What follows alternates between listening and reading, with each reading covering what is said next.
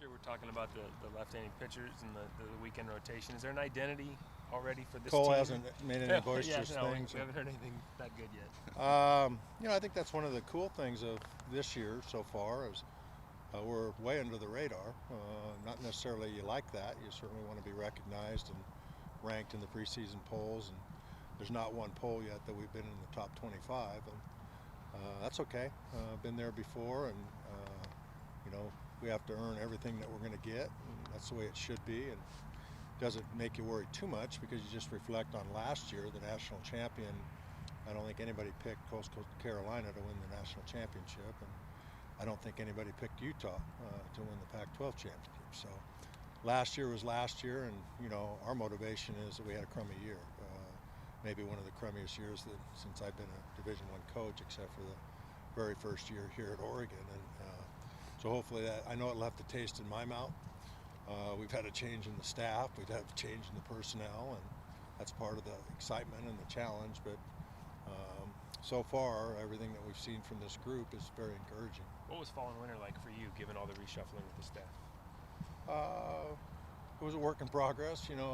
You start with people that you don't even think about. I lost Luke Emanuel, my director, and Luke was invaluable, and now he's kind of leading the charge for Salem Kaiser, and we wish him well. And he was a brilliant young guy and made my job easier. And then my equipment man, Brad Terada, and we were fortunate enough to get John Mitchell in his shoes, and he hit the ground running, and that was a seamless transition. And Jamie Walton's taken Luke's spot, and that's been a seamless transition.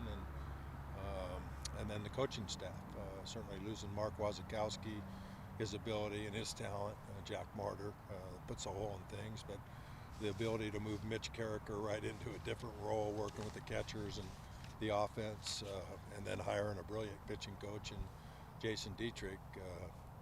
Because of his background, I never coached him, but being from Fullerton and knowing him for years, Jason has fit in very, very smoothly. And a different personality than Coach Was, so that's a little bit of the diversity in our personalities.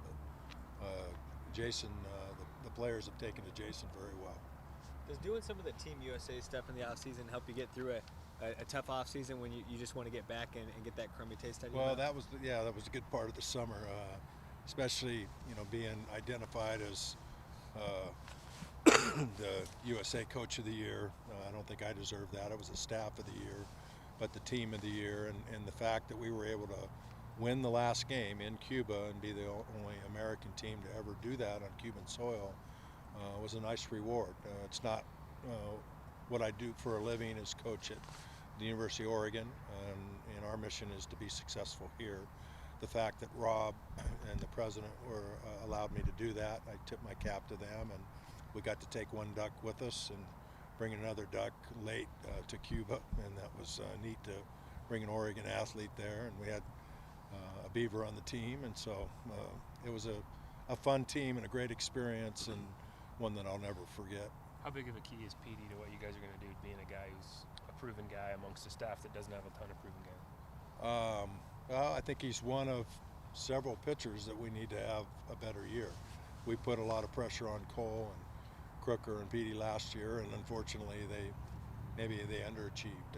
Let's start with the coaching staff. I was working with the pitchers, so if we did not reach our potential, you start with the head coach first. And I would say there was a lot of areas that we didn't have the numbers we needed, the consistency we needed. The fact that we were just slightly over 500 is not the standard, the gold standard that we strive for, and we finished down in the standings and all the stuff that goes with that. And so nothing against the kids. I think they represented the university in a very positive way. They were fun to be around in behavioral things, but the bottom line in athletics is you got to win. And so hopefully if PD ends up being the Friday guy, that becomes a very critical momentum setter for the entire weekend defensively, and I think he's up for the challenge. Any way of telling what your strength is going to be, small ball pitching you're going to rely on, or fielding? Well, we're not going to get off the bus and you're going to go, wow, this is a physical looking Oregon baseball team. That doesn't, and the cool thing about baseball is you don't have to be a bunch of 6'5" guys that are big and strong. And so the small ball, the execution, It's the kind of game that you need to play here at PK Park when we play our home games. And we've got a couple guys that Jovan and Matthews, young guys that might bring a little bit more power to the equation, but I think we're going to have to be real efficient. We don't have any guys that fly, so to speak, excuse me, that are 40 base stealers or those kind of guys. The fact that Graybeck signed, and that was a little bit of a surprise. We don't have a true bona fide center fielder. That's probably going to be Goldfarb, and we think he's going to be fine there. But we're not as deep as we've been maybe the last 2 years in position players, but we're a lot deeper on the mound. So our roster is going to be heavy loaded with pitchers and quality pitchers, hopefully. And I think we're going to have to play the game a lot better, which is okay, you know. And in Coach Horton's history, it hasn't been one or two guys carrying the load. It's been put the ball in play. It's been throw strikes and play great defense. In the years that we've been most successful here, have been really good years defensively, and I think this team has that potential. As far as the depth of the staff, who impressed you in the fall? Who are some guys that you see helping bolster that? Well, Mercer certainly had a great fall. Probably, I think, of 4 freshmen that have probably been most impacted. Kenyon Jovan had a little bit of a hiccup in academics, broke his hand, but we think he's going to be an impacted guy on the mound. He might even be, as a freshman, he might be our back into the bullpen guy, one of them. Ryan Nelson, the kid from Vegas, has been very impressive. James Acuna, another freshman, have been very impressive. Zach Knoll comes in here with great credentials, and since he's come back especially, he's throwing really good in the bullpen. So those 4 guys look like they're ahead of the rest. Losing Monyo, where does that leave you at shortstop? We're okay. You know, we hate to lose Travis. He was a good kid, and we invested a lot of playing time in him, and he chose to go a different direction. And with Danny Patzlaff and Morgan McCullough are fighting it out for shortstop right now. Looks like Danny will get the first crack at it, and Danny's had a good fall. He's been a very consistent defender for us at short, second, and third, and had a great consistent defensive fall. And it looks like he's hitting a little bit better from both sides of the plate. So hopefully he will. Has anybody else impressed you in hitting, improving some of the returnees that have upped their game a little bit?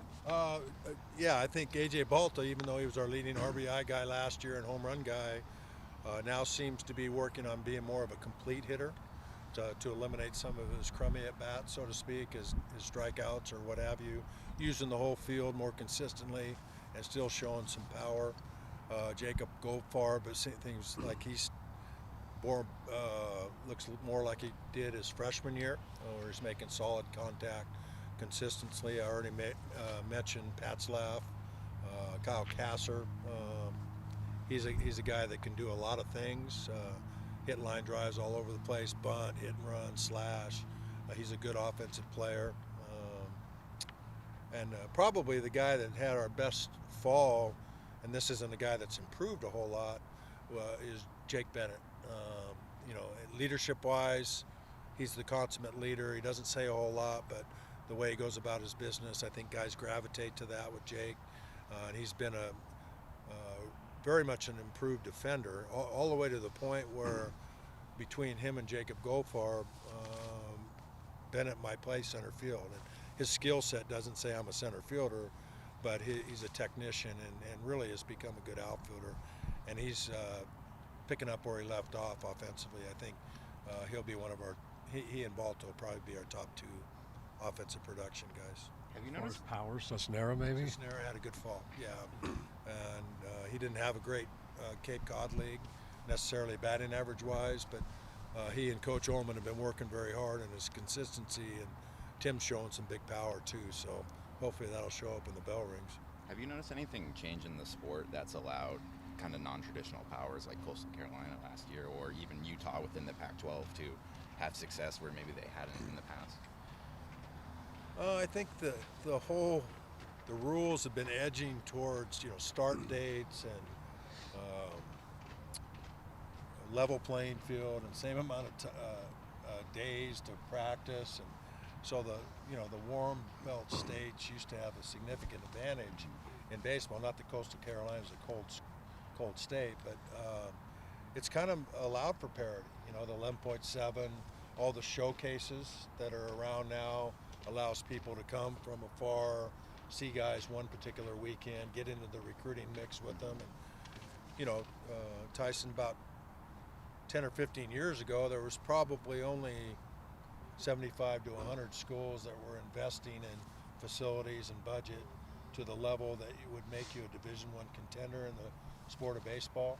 And now there's probably 200 to 250 of those schools that are investing in baseball. And there's a lot of good coaches out there. So, you hit the draft right, and you've got some upperclassmen, and you had good recruiting years. And I think we've seen in the last 5 years different schools show up at the College World Series. The fact that now one broke through and beat Vanderbilt or Virginia are the ones, the normal ones that have been there, is refreshing.